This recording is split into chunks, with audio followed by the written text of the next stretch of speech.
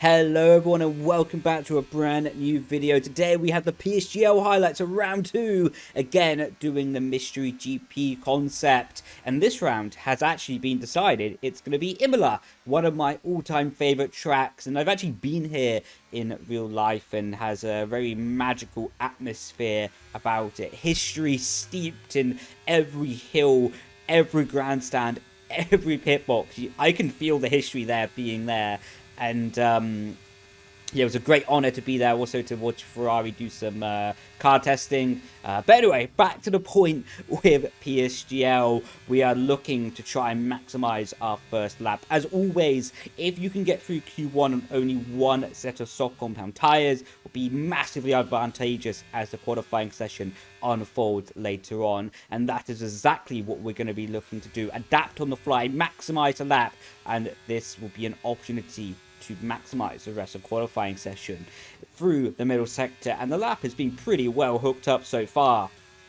We are really getting into the flow of things, getting into the grip level and understanding where the grip can be found and where the grip can be lost. Purple in the middle sector, into the final sector, flying over the chicane, picking up great traction on the exit. And the lap has been very steady, very solid so far, and has been a great foundation to build upon if we did need to go out again.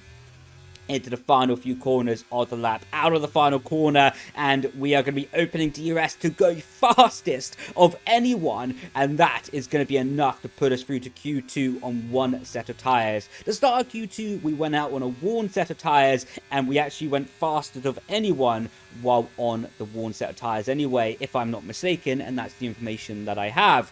But more importantly, we have a new set of tyres right now into the first chicane, picking up great traction, stability, and as well we are quarter of a tenth up out of the first chicane into the second chicane on the power, picking up good stability once again, and we are almost 1/10 up already, and we are looking through the hairpin up the hill, and we are 10.5 up, searching for 2/10 up, as now we're coming up to the fast left-hander right before Minerali, and we are picking up great usage of the track there, and we are 2/10 up on the delta, finding time with every apex we go through. 3/10 up on the delta right now, and we have gone purple, fastest of anyone in the middle sector. Thomas Ronhard has gone temporarily fastest, as now we're searching for the grip, searching for the traction, searching for the lap time in the final sector of the lap, down to the final two apexes of Imola, and now into the final apex of the lap, onto the power, small snap of oversteer, and we're 4.5, almost 5/10 up on the delta, and we are going to go fastest of anyone, almost a 10th clear, and that was enough to put us through to Q3 with only one run on that tyre as well. And unfortunately, as we go into Q3, we have invalidated our first lap, what can be oh so critical, as you can imagine. A very interesting dynamic of this qualifying session was it's due to rain in Q3, so you're going to hear me speak. Tell me now, do I box? Okay, copy. So you can hear me speak to the engineers, wondering if I should box and get a new set of tyres strapped on straight away. We opted to stay out, thinking and praying and knowing the rain will be staying later in the session and will give us the time to do an in-lap, an out-lap, and get a fresh set of tyres and use this previous lap as a good delta baseline to work by. With that being said though, we are now on a final lap of qualifying. It's all or nothing. We absolutely have to get the lap together right now, and that is exactly what we're planning to do. Down into turn 1, we're going to be into the chicane and into the apex, and that was very nicely done indeed, and we're already up on our delta from what was already a successful first sector on the last run. Into the apex, it's down to 4th, picking up great traction. You see we're almost half a 10th up, and our first time into the 0.5s all session long in the sector 1, and you can see we're gaining time again through the hairpin, even with a small snap of oversteer into the fast left-hander, and we're going to nail this, and ultimate traction on the exit, almost a 10th up into Minerali, and you can see we go down the gears, we make a small mistake on the traction, but as we go into chicane, we have a technical gremlin what does not let us downshift, and you can see we get stuck in 4th gear for what felt like an eternity. That ruined our turn-in, ruined our purchase, ruined our grip through the apex as well, and easily cost us a 10th upwards there as we go through into the final apex of the lap. We are just absolutely trying to make the best of a bad situation. Even with a technical gremlin, we find another half a 10th, and we are able to improve to do a 2-5-1. And I think, to be honest, that cost us easily a chance of being top 3 on the grid, if not more. But anyway, we can't moan, we can't complain about that. Even with the technical gremlins, we're P5 on the grid, and that is a fantastic qualifying session, given the circumstances. And now it is raining. These are conditions I love. These are conditions I thrive in. And we are looking to do some hunting into turn 1. 5 lights out, and away we go here in Imola, picking up good traction, initial grip, purchase and grip, and we are in around the outside of Otis Lawrence already. We have got the racing line, we're late on the break, Otis locks up, and he actually hits us off the track, and we have to take to the gravel. We're losing grip because our tires are just full of stones right now, and we cannot get back on the power, and instead of challenging for P4, we are now down to P8, and P9 was challenging us for position there as well, and you can see we're still losing grip because of the dirt on the tires.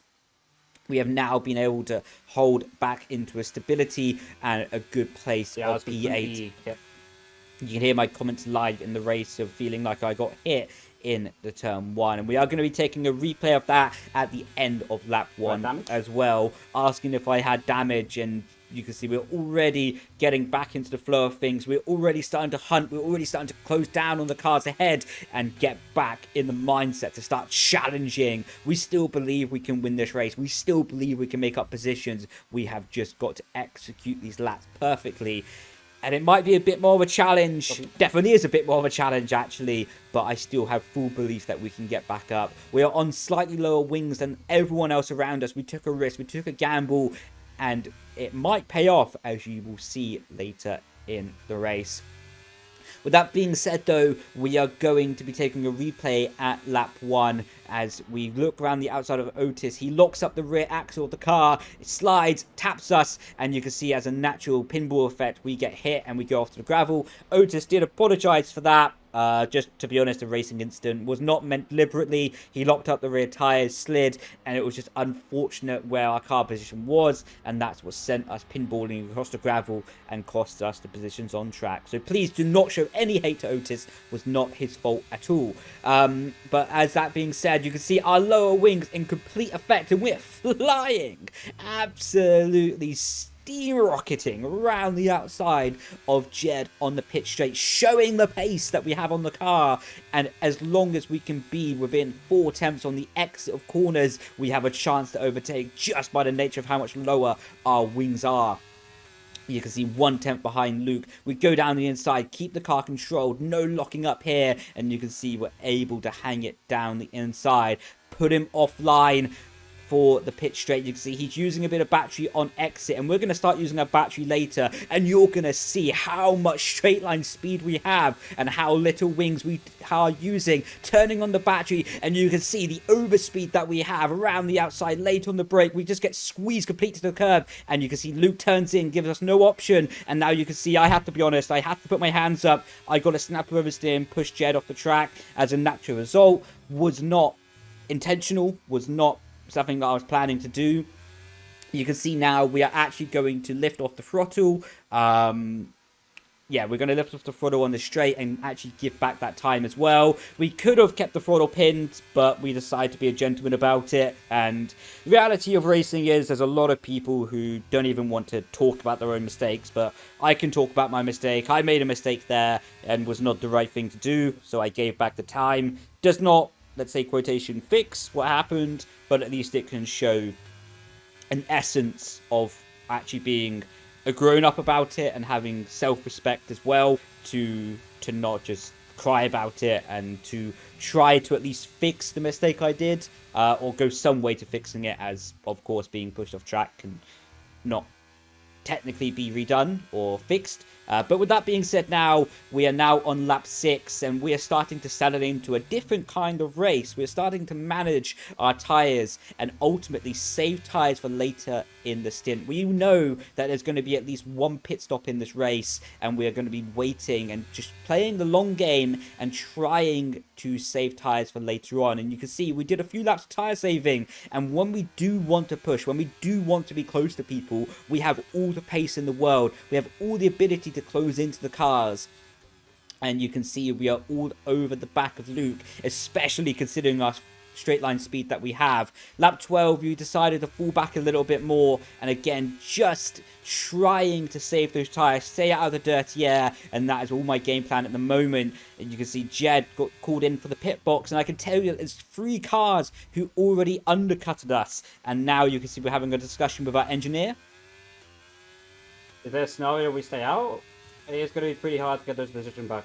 You can see I'm telling my engineers that it's going to be very hard to get those positions back. I can already see on the mini-map there's going to be at least 2 cars undercutting us, and I got told to box no matter what. You can see we did close into Luke on this lap, displaying the tyre saving and the tyre grip that we did have. So now we have to come into the box, follow Luke. How many cars have I lost? Yeah. It wasn't a good stint. Carry on.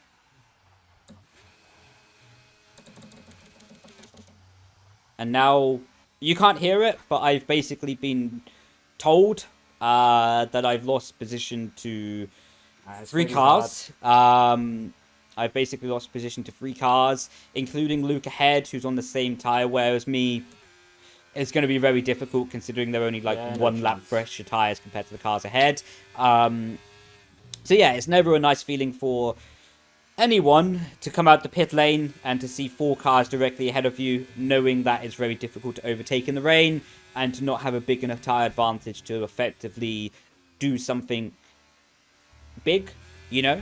So that's racing. Now we have to make the best of this. We have to make the most of the situation, and that's exactly what we're going to be doing. Lap 14, you can see we're 7 tenths behind Yoni Tormada right now. Come to the end of a lap, we're only 3 tenths behind him, using the battery in the slipstream, again, displaying the straight line speed that we have. And considering we went for the undercut, we have not actually gained any positions to the cars ahead. So now we're on older tyres, and yeah, not gained any track position, so we're going to have to do the overtake on track versus Duncan, and now you can see he's defending. We're going to go to the outside. We're just going to send it around the outside, and he tags us on the apex, pushes us wide, actually, because he hooks onto our car, and we're going to have a very slow-mo look at that as well. So we go down his outside, what turns to the inside racing line, and you can see basically frame by frame picture here. He turns in to the apex very much like our car wasn't there, and that what hooks us onto the rear left tire, and ultimately with the game physics pushes us wide. As you make 2 tires contact in a corner like this, it will pull the inside car towards the outside car. It's just a weird physics within the game. So you can see he turns in, hits our side pod, and now hooks onto our tire as well. So yeah, it's very clear in my opinion that we had the car completely on the inside line, and now hooking onto our rear tire, we just can't go anywhere, and it causes dramatic understeer in the car with the physics model. So yeah, again, it's not a good situation for Duncan because it looks like we pushed him off the track, but with the knowledge of the game and the physics of the game, you can see that Duncan turned into us on the apex and then hooked onto our rear left tire.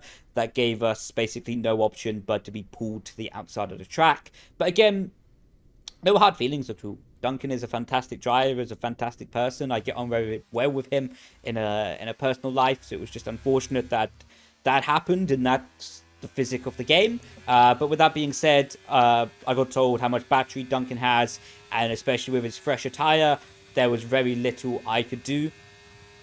And you can see our straight line speed. In fact, as soon as he pulls out of the slipstream, we're able just to sit easily alongside him, showing how fast our car is in a straight line. But yeah, we got told about Duncan's battery, and as now we come on to lap 19, you can see we've saved our battery, saved a lot of tires as well in this whole process. So we're looking in a very strong position to make our way back up the field to maximize the rest of the stint, maximize the rest of the race. There's still a lot to play for. We can literally see the podium paying position up ahead of us, so we're all over the back. And remember what I was always saying about our straight line speed: as long as we can be within 3/10 of the car ahead, we can have a chance of overtaking down the pit straight. And that is exactly what we're doing right now. You can see we're staying super close and able to be in a fantastic position with almost a full battery. But all of that is going to be undone as we turn into the apex and we get completely swiped by Jack. And yeah, trying to recover off the racing line as fast as possible. Now our rear tyres are 100 degrees and they have no traction at all after being spun round. And even though I lost time, the game gave me a 3-second penalty to top it all off. And yeah, taking a replay at that, you can see Jack goes for the dive on Yoni and just hits us. And yeah, there's not really too much I can say about the incident. What I do want to say though, as always, be respectful in the comments. Do not be harmful, hateful, whatever. I've talked with Jack. He's apologized. His actions were not good on the track. Not at all. But he does not deserve hatred, you know. Moving forward though, you can see Danny Bresnay was right up behind us and our race was already hurt anyway.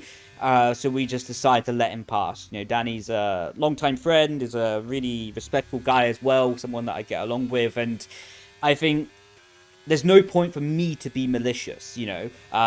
There's no point for me to be harmful to Danny's race. I could sit there and cost him loads of time, I could sit in his way, I could do whatever, but ultimately Danny's one of the nicest guys in the community anyway, and I only see it as respectful from a driver to a driver that when my race is being, let's say, thrown in the bin by multiple incidents and being pushed off the track and being hit, it's been spun, whatever.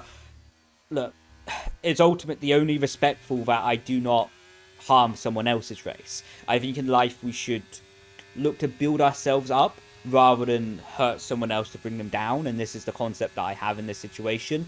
Yes, we're racing. Yes, there's a championship at stake. But ultimately, respect as a person is something that is a lifetime, you know, can go for a lifetime, and brings me far more satisfaction than fighting Danny over a I think it was like P12 position at that point in time. And he was on much fresher tyres and probably would have overtaken us anyway. But with all that being said, even with being pushed off the track and even with the spin from Jack, we have caught up back to the points paying position. Unfortunately, with the penalty after the spin with going off the track, we are not realistically in the fight for the points. But you can see, even with the instance that we've had, we have still been able to fight for a points paying position on track. And that, I think, shows the pace that we had in this race. Despite everything, we was able to fight for a good position. And because we have a penalty, once again, we think about going for the move on Alvaro, but we decide against it out of respect. Again, he doesn't have any time penalties, so we decide it's not respectful to lunge it up the inside. But ultimately, we're going to finish out the points. And yeah, this race I'm happy to forget, to be honest. This has been Brendon Leigh. Thank you so much for watching. If you liked, be sure to comment and subscribe. And I'll see you next time. Ciao, ciao. Bye-bye.